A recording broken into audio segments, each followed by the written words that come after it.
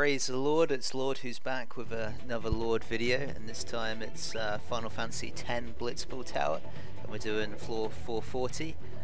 This was a very interesting battle tower because it had a special mechanic to the tower, which was the fact there was permanent slow throughout the tower, so that made it incredibly short battles. I mean, the battles, each turn was only 4 actions, which is nothing really, so the battles just ended up being so short. I mean, practically playing through the battle tower, playing through a battle, was pretty much like losing your virginity really. It was over very quickly before you'd even appreciate what was going on, which is a fair analogy to make really, and just wasn't a very interesting tower really. I mean, with such limited actions, it really did restrict the amount of strategy you can put into this tower. I mean, forget break strategies, forget chain break strategies. All you were doing here was just nuking unbroken, having a stall deck, just using basically a square stun, and then following that up with hex stun. It's pretty much what you do to stun lock the enemy. Using bio as well, especially on Tidus, to whittle away the enemy's HP, and then just switch into a job that can nuke. And that was pretty much it really, so it was an incredibly simple tower. And if we just sort of focus on this battle right here against the Cyclops. So the Cyclops alternates between elements, so I'm using Duncan based X-Monk, so he can only nuke with light, but the Cyclops will change its element. There we go. So a mono light element deck is effective. What I usually like to do is do like a play-by-play and talk about what tactics I'm going to do, what cards I'm going to use, blah blah blah blah blah. But these battles are happening so quickly, I'm really going to struggle to even give any step-by-step commentary, so I'll just try and focus on, you know, the key points. Key point of this battle, so I'm using Duncan to punch the Cyclops in the face repeatedly with Duncan like so, and key takeaway is that the Cyclops is dead. So I'm going into a battle against Tidus. Tidus is one of the easiest battle tower enemies. He is annoying, it will take away your lead element at the start of the battle, so he just absorbs some light elements, but it really doesn't matter, because I'm going to use my square drift stun in a second if I can get another fire orb, which I do. So there we go, so the square stun, square bio. Bio is very important against Tidus because he has a lot of HP, so each bio tick takes off 5% of his health, which is quite a lot. And I just replaced the square debuffs with hex debuffs, so they've just basically reset the debuffs. Powering up my support cards, and then change into my attack deck, which is X-Monk. Using all my good abilities. Using Omega and then Warrior of Light. And then just nuking with Duncan. I mean, this is a... as far as strategy goes in the tower, this really wasn't a very strategic tower. It was a very simple tower, but, you know, you have to play within the mechanics of the tower. Each tower, you can't play what you'd like to play. You just have to play what's presented in front of you, which I did. Because it was kind of interesting, you'd only get 4 actions. That meant that the newer prismatic return weapons weren't really as good, because you didn't really need prismatic return, and because the turns are so short of only 4 actions. I mean, you can use your 4 spoon cards just to reset your light orbs at the start of every turn anyway, so prismatic return really wasn't that good for this tower.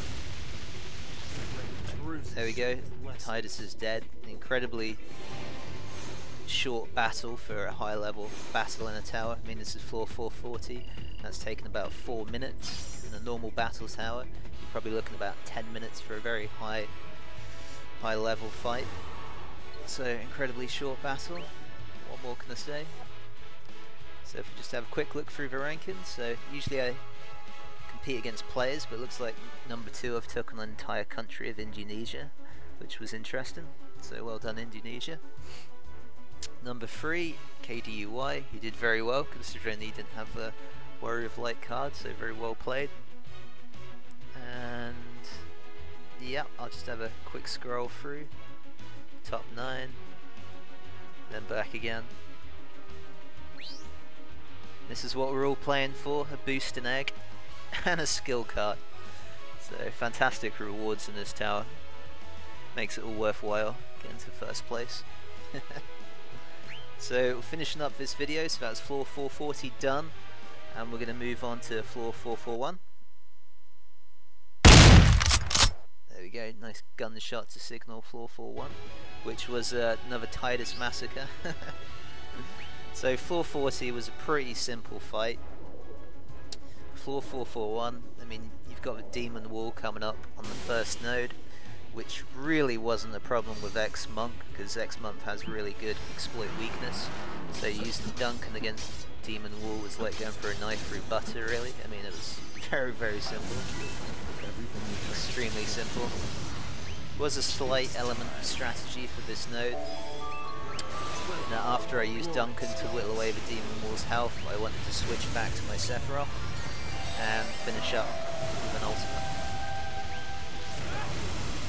To kill the demon wall with biotic, give me a better tactical advantage when I move into the second round, which we will see very shortly, because these battles are extremely quick. So as you can see, this job is X-Monk, it's a very powerful job. But if we switch on to Sephiroth like so, it didn't really matter what job I was using under the Sephiroth skin. I just chose to use Auron because it had a nice ultimate charge ability, so it could recharge my ultimate gauge faster, which was good on this battle tower. So I'm going to use an ultimate to finish up against the demon wall, so I've got full prismatic orbs, I'm trying to say that, and I can finish up with kill it with bio. So I'm up against Blizzard Dragon, which is extremely powerful because as soon as you debuff it, it puts up a veil. Unfortunately I had my what's it called, Devil Rider card, which has a dispel, so when it puts up its veil I can use another stun and bio on it in conjunction with its dispel ability to get another debuff on it.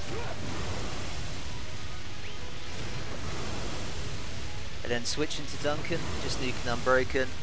At this level in the tower, it was very hard to kill this dragon. I pretty much needed every single action. It was pretty tricky. This fight was probably one of the hardest fights in the entire tower. It was actually much harder than Titus, funnily enough. But Blizzard Dragon, as hard as it is, can't really compete with X-Monk with Duncan. So my strategy is to finish off this round by using an ultimate, so I have full prismatic elements, so Titus can't steal my light orbs, which will make the Titus fight a little bit easier, even though it is an incredibly easy fight to begin with. So here we go. Let's go. So I need to debuff Titus, so I'll switch to Sephiroth. Use my drift turn, which is square stun, square bio. Now, because I'm using square stun and square bio, I haven't enhanced the skill on the card, so you have a random element whether or not it'll proc with its full turn duration. So had lots of fun in the tower, you know, stunning for one turn or bioing for one turn, and then you have to reset the node all over again. Such fun, but that's the way towers are. There's a lot of repetition. And yeah, so I'm switching to Duncan, doing exactly the same strategy I used for 440. And yeah, so it's just punch, punch, punch, punch, punch, punch, and then for a little bit of variation, might do another punch, and then follow up with a punch. And that's pretty much it. There isn't a whole lot of strategy to this Titus fight. And this video is finishing up, so I just want to quickly sum up this whole battle tower. It was a very, very weird battle tower with very short battles. It was like the Diet Coke of battle towers, and you know, you didn't really get the full experience. But even though, that being said, it still had some fun elements to it. The only trouble was it restricted the strategy, because using the tower really did force you to nuke Unbroken. But so that's that. That's that battle tower done. So well done to everyone else who competed in the battle tower. And this is the Lord signing off, and I'll catch you next time at the next battle tower. And be sure to look for more Lord videos.